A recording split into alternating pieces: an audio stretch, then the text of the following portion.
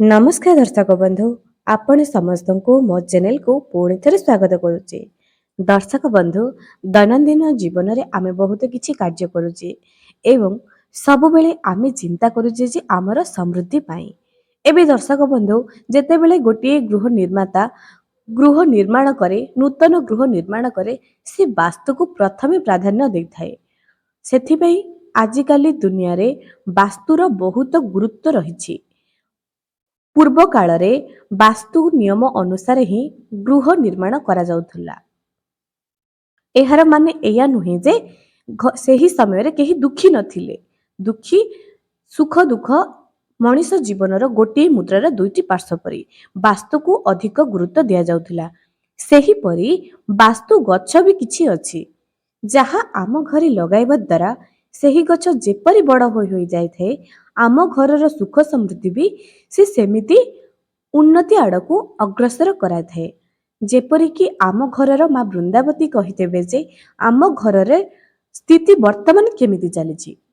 ହଁ ଆଜ୍ଞା, ଆପଣ ଦେଖିଥିବେ ଯେଉଁ ଘରେ ନକାରାତ୍ମକ ଊର୍ଜା ଅଧିକ ଥିବ, ଯେଉଁ ଘରେ ଅଧିକରୁ ଅଧିକ ଆମିଷ ଭକ୍ଷଣ ଦାରିଦ୍ରତା ଦୁଃଖ ଥିବ, ସେହି ଘରର ତୁଳସୀ ଗଛ ସତେଜ ନଥିବ।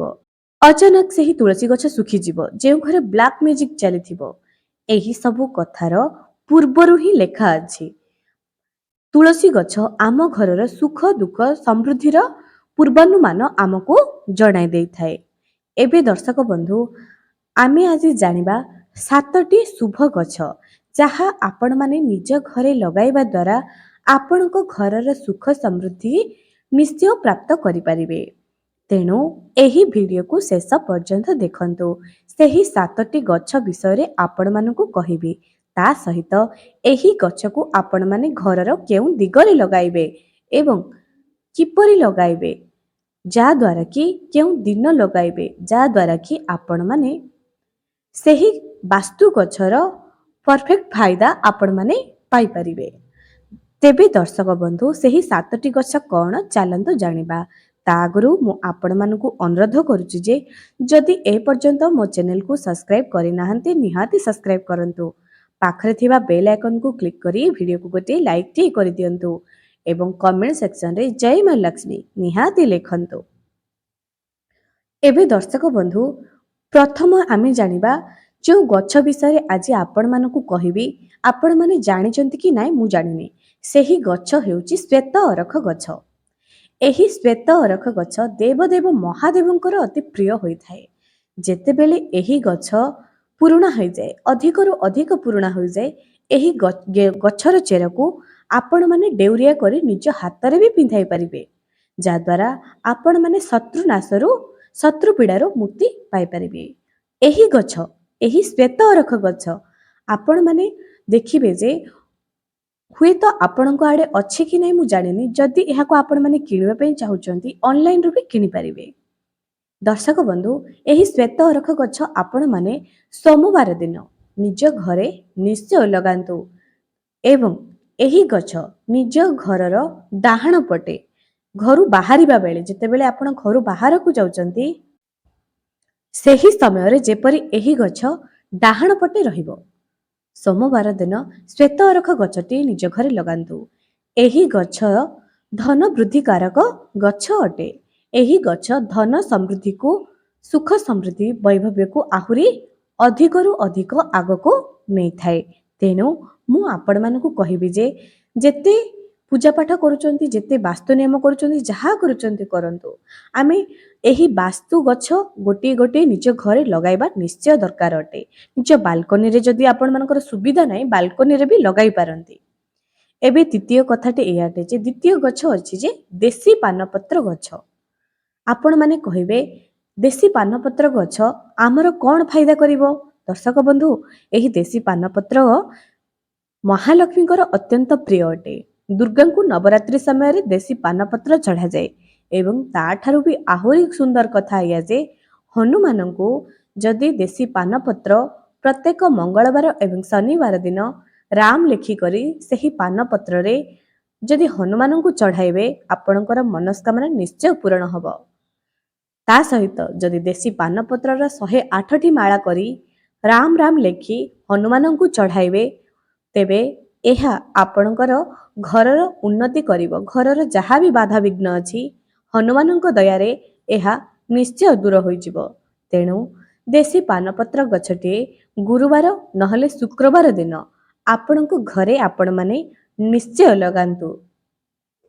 ଏବଂ ଏହି ଗଛକୁ ବହୁତ ଜଣ ପୂଜା ବି କରନ୍ତି, କାରଣ ମା ଲକ୍ଷ୍ମୀଙ୍କର ଅତ୍ୟନ୍ତ ପ୍ରିୟ ହୋଇଥାଏ ଏହି ଗଛ।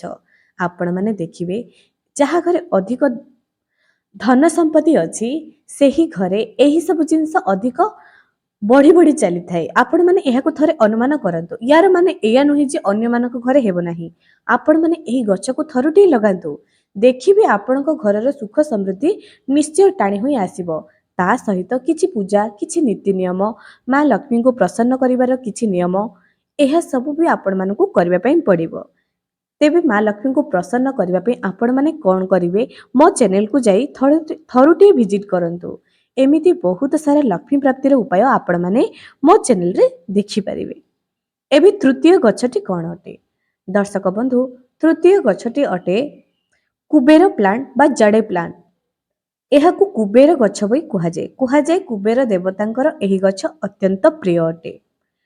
ଏହି କୁବେର ପୋଧା ବା ଜଡେ ପ୍ଲାଣ୍ଟ ଆପଣମାନେ କ'ଣ କରିବେ, ବୁଧବାର ଦିନ କିମ୍ବା ଶୁକ୍ରବାର, ଗୁରୁବାର ଶୁକ୍ରବାର ଯେଉଁ ଦିନ ବି ନିଜ ଘରେ ଲଗାଇବେ। ଘରର ଦକ୍ଷିଣ ଦିଗରେ ଏହାକୁ ଲଗାଇବେ। ଦକ୍ଷିଣ ପଶ୍ଚିମ ବା ଦକ୍ଷିଣ ଦିଗରେ ଲଗାଇବେ। ଏହାକୁ ଟିକେ ଖରା ବି ଦରକାର ଅଟେ। ଯେଉଁ ଗଛ ସବୁ ଆଜି ଆପଣମାନଙ୍କୁ କହୁଛି, ଆପଣମାନେ ଗଛ ବି ଟିକେ ଟିକେ ଖରା ବି ଲଗାଇବେ, ନଚେତ୍ ଗଛ ବଢିବ ନାହିଁ। ତେବେ ଏହି ଜଡେ ପ୍ଲାଣ୍ଟ ବା କୁବେର ପୋଧା ଆପଣମାନେ ନିଜ ଘରର ଯଦି ମୁଖ୍ୟ ଦ୍ୱାର ସାମ୍ନାରେ ଜାଗା ଅଛି, ଚେଷ୍ଟା କରିବେ ଯେ ଦକ୍ଷିଣ ପଟେ ଲଗାଇବେ, କିମ୍ବା ଆପଣ ବାଲକନି ଛାତ ଉପର ଲଗାଇ ପାରିବେ। କିନ୍ତୁ ଯେଉଁ ଜାଗାରେ ବି ଲଗାଇବେ ଚେଷ୍ଟା କରିବେ ସେହି ଜାଗା ସଫାସୁତୁରା ହେବା ଦରକାର। ଏହା ଥିଲା ତୃତୀୟ ନମ୍ବର ଗଛ। ଏହି ଗଛ ଯେପରି ବଡ଼ ହୋଇଯିବ ଆପଣଙ୍କ ଘରର ସୁଖ ସମୃଦ୍ଧି ସେମିତି ବଢିବ। ଧନତେରସ ଦିନ ଏହି ଗଛ ଘରକୁ ଆଣି ଲଗାଇବା ଅତ୍ୟନ୍ତ ଶୁଭକାରୀ ଅଟେ। ଯଦି ଆପଣମାନେ ସେହି ଦିନ ନ ଲଗାଇ ପାରୁଛନ୍ତି, ଗୁରୁବାର, ଶୁକ୍ରବାର, ବୁଧବାର ଲଗାନ୍ତୁ। ମା ଲକ୍ଷ୍ମୀଙ୍କର ଏବଂ କୁବେର ଦେବତାଙ୍କର ଅତି ପ୍ରିୟ ହୋଇଥାଏ ଏହି ବାର। ଥରୁଟିଏ ନିଜ ଘରେ ଏହି ଗଛକୁ ଲଗାନ୍ତୁ। ଏବଂ ଦର୍ଶକ ବନ୍ଧୁ, ପ୍ରତ୍ୟେକ ମଣିଷ ଗଛର ବି ସେବା କରିବା ଦରକାର, ପ୍ରତ୍ୟେକ ଜୀବର ବି ସେବା କରିବା ଦରକାର। ବାସ୍ତୁ ଗଛ ହେଲେ ବି ଆମେ ତ ତାର ସେବା କରିବା ନା, ଏହା ବହୁତ ଭଲ ଅଟେ। ଚତୁର୍ଥ ଗଛଟି ଏଇଆ ଅଟେ ଯେ ଲକି ବମ୍ବ ବା ବମ୍ବ ପ୍ଲାଣ୍ଟ। ଦର୍ଶକ ବନ୍ଧୁ, ଏହି ବମ୍ବ ପ୍ଲାଣ୍ଟ ପ୍ରାଇସ୍ ଟିକେ ଅଧିକ ହୋଇଥାଏ, କାରଣ ଏହା ସେତିକି ଶୁଭକାରୀ ଗଛ ଅଟେ। ଯଦି ଆପଣମାନେ ନିଜର ଘର କିଣିବା ପାଇଁ ଚାହୁଁଛନ୍ତି, ଯଦି ଆପଣଙ୍କର ସ୍ୱପ୍ନ ଅଛି ଯେ ଆପଣ ଘର କିଣିବେ, ଜାଗା କିଣିବେ, ଏସବୁ କିଣିବାର ଆପଣ ସ୍ୱପ୍ନ ଅଧା ଅଧୁରା ରହିଯାଉଛି, ଥରୁଟିଏ ଏହି ଗଛକୁ ନିଜ ଘରକୁ ଆଣନ୍ତୁ। ହଁ ଆଜ୍ଞା, ଏହି ଗଛ ଆପଣଙ୍କର ଘରର ସୁଖ ସମୃଦ୍ଧିକୁ ଆହୁରି ଆଗକୁ ନବ। ତେଣୁ ଏହି ଗଛକୁ ଆପଣମାନେ ନିଜ ଘରକୁ ନିଶ୍ଚୟ ଆଣନ୍ତୁ। ନିଜ ଘରର ପୂର୍ବ ଦିଗ, ଘର ଭିତରେ ଲଗାଇବେ ଏହାକୁ, ଯାହାକି ପୂର୍ବ ଦିଗ ହୋଇଥିବ, କିମ୍ବା ଦକ୍ଷିଣ ପୂର୍ବ, ଉତ୍ତର ପୂର୍ବ ଏମିତି ହେଇଥିବ। କିନ୍ତୁ ଘରର ପୂର୍ବ ଦିଗ ପଟେ ଲଗାଇଲେ ଏହି ଗଛକୁ ଅଧିକ ସମୃଦ୍ଧି ଦବ।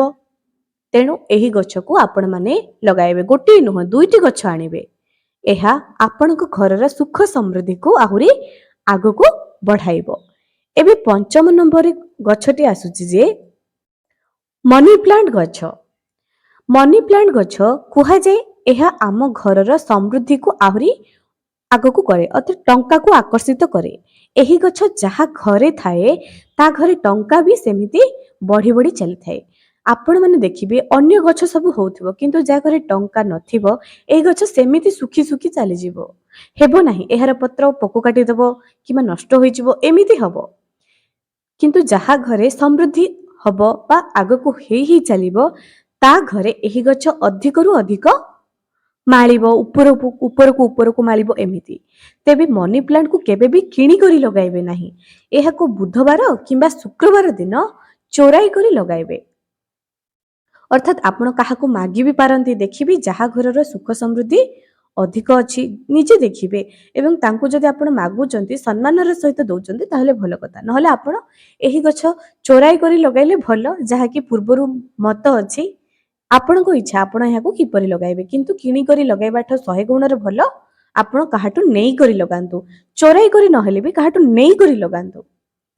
ଷଷ୍ଠରେ ଆସୁଛି ଅଁଳା ଗଛ, ବେଲ ଗଛ। ଏହା ଉପରେ ଆଗରୁ ଭିଡ଼ିଓ ବି ମୁଁ ବନାଇଛି। କୁହାଯାଏ ଯାହା ଘରେ ଅଁଳା ଗଛ ଥାଏ ତା ଘରେ ଦରିଦ୍ରତା ସମୂଳେ ନାଶ ହୋଇଯାଏ। କୁହାଯାଏ ଅଲକ୍ଷ୍ମୀ ସେ ଘରେ ପାଦ ବି ରଖନ୍ତିନି। ଏପରି ଏକ ଗଛ ଯେଉଁ ଗଛରେ କୁ ପୂଜା କରିବା ଦ୍ୱାରା ଆପଣ ଲକ୍ଷ୍ମୀ ନାରାୟଣ ଏବଂ ଶିବ ପାର୍ବତୀ ଦୁଇ ଜଣଙ୍କର ପୂଜା କରିପାରିବେ। ହରିହର ଦୁଇ ଜଣଙ୍କର ପୂଜା କରିପାରିବେ। ସେ ହେଉଛି ଅଁଳା ଗଛ। ବେଲ ଗଛ, ଯାହାକି ମା ଲକ୍ଷ୍ମୀ ସନ୍ଧ୍ୟା ସମୟରେ ବେଲ ଗଛ ମୂଳେ ବସିକରି ଓମ୍ ନମ ନାରାୟଣାୟ ନମଃ ମନ୍ତ୍ର ଜପ କରନ୍ତି ଦେବଦେବ ମହାଦେବଙ୍କ ଆଶୀର୍ବାଦରେ। ଏବଂ ଏହି ବେଲ ଗଛ ମୂଳେ ଯିଏ ଗୋଟିଏ ଢାଳ ଜଳ ଅର୍ପଣ କରେ ପ୍ରତ୍ୟେକ ଦିନ, ସେ ସ୍ୱୟଂ ମହାଦେବଙ୍କର ଶିବଲିଙ୍ଗ ଉପରେ ଜଳ ଅର୍ପଣ କରିବା ସହିତ ସମାନ ହୋଇଥାଏ। ତେବେ ଏହି ଅଁଳା ଗଛ ଏବଂ ବେଲ ଗଛକୁ ଗୁରୁବାର ଦିନ ନିଜ ଘରେ ନିଶ୍ଚୟ ଲଗାନ୍ତୁ। ଏହାକୁ ଯଥାବିଧି ପୂଜା ବି କରନ୍ତୁ ପ୍ରତ୍ୟେକ ଦିନ। ନିଜେ ଦେଖିବେ ନିଜ ଘରର ଉନ୍ନତିକୁ। ଥରୁଟିଏ ବିଶ୍ୱାସରେ ରଖି କାର୍ଯ୍ୟ କରନ୍ତୁ, କର୍ମ କରନ୍ତୁ, ନିଶ୍ଚୟ ଉନ୍ନତି ହେବ। ଏବେ ସପ୍ତମ ଗଛଟି ଏଇଆ ଅଟେ ଯେ କଦଳୀ ଗଛ। କଦଳୀ ଗଛକୁ କିଛି ଜଣ ନିଜ ଘରେ ଲଗାଇବା ପାଇଁ ଡରି ଯାଆନ୍ତି, କିନ୍ତୁ ଯାହା ଘରେ ଧନ ଜନିତ ସମସ୍ୟା, ସନ୍ତାନ ଜନିତ ସମସ୍ୟା ଲାଗି ରହୁଛି, ସ୍ୱାମୀଙ୍କର ଉନ୍ନତି ଯଦି ଚାହୁଁଛନ୍ତି, ଥରୁଟିଏ ଗୁରୁବାର କିମ୍ବା ପୂର୍ଣ୍ଣିମା ତିଥିରେ କଦଳୀ ବୃକ୍ଷକୁ ନିଜ ଘରେ ଲଗାନ୍ତୁ। ଜଳ ଅର୍ପଣ କରି ବିଧିପୂର୍ବକ ସ୍ଥାପନ କରନ୍ତୁ। ଦେଖିବେ ଆପଣଙ୍କର ଘରର ଉନ୍ନତି କିପରି ଆଗକୁ ବଢ଼ି ବଢ଼ି ଚାଲିବ। ଏବେ ଦର୍ଶକ ବନ୍ଧୁ, ଏହି 7ଟି ଶୁଭ ଗଛକୁ ଆପଣମାନେ ନିଜ ଘରେ ଲଗାନ୍ତୁ। ଏବଂ ମା ବୃନ୍ଦାବତୀଙ୍କର ତ ଘରେ ଘରେ ଅଛି। ମା ବୃନ୍ଦାବତୀଙ୍କର ନୀତି ନିୟମ, ମା ବୃନ୍ଦାବତୀଙ୍କର ଆଶୀର୍ବାଦ ଘରେ ଘରେ ପରିଚିତ। ୟା ଉପରେ ଆଉ କ'ଣ କହିବି। ତେଣୁ ଏହି ଗଛକୁ ନିଜ ଘରେ ଲଗାନ୍ତୁ ଏବଂ ଶୁଭାଶୁଭ ଫଳ ନିଶ୍ଚୟ ପାଇପାରିବେ। ଦର୍ଶକ ବନ୍ଧୁ, ଯଦି ଆପଣମାନେ ଏହି ଗଛ ଲଗାଇ ନାହାନ୍ତି, ଆପଣମାନେ ନିଜ ଘରେ ନିଶ୍ଚୟ ଲଗାନ୍ତୁ ଏବଂ କମେଣ୍ଟ ସେକ୍ସନରେ ନିଶ୍ଚୟ ଜଣାନ୍ତୁ ଯେ ଆପଣମାନେ ଏକମତ କି ମୋ ଭିଡ଼ିଓରେ ମୁଁ ଯେଉଁ ଉପାୟ ସବୁ ଆଜି କହିଲି, ଏହି ଗଛ ସବୁକୁ ଆପଣମାନେ ନିଜ ଘରେ ଲଗାଇବେ କି ନାହିଁ, କମେଣ୍ଟ ସେକ୍ସନରେ ନିଶ୍ଚୟ ଜଣାନ୍ତୁ। ଆଜି ପାଇଁ ରହିଲି, ପୁଣି ଦେଖା ହେବ ଆଗାମୀ ଏକ ସୁନ୍ଦର ଭିଡ଼ିଓରେ।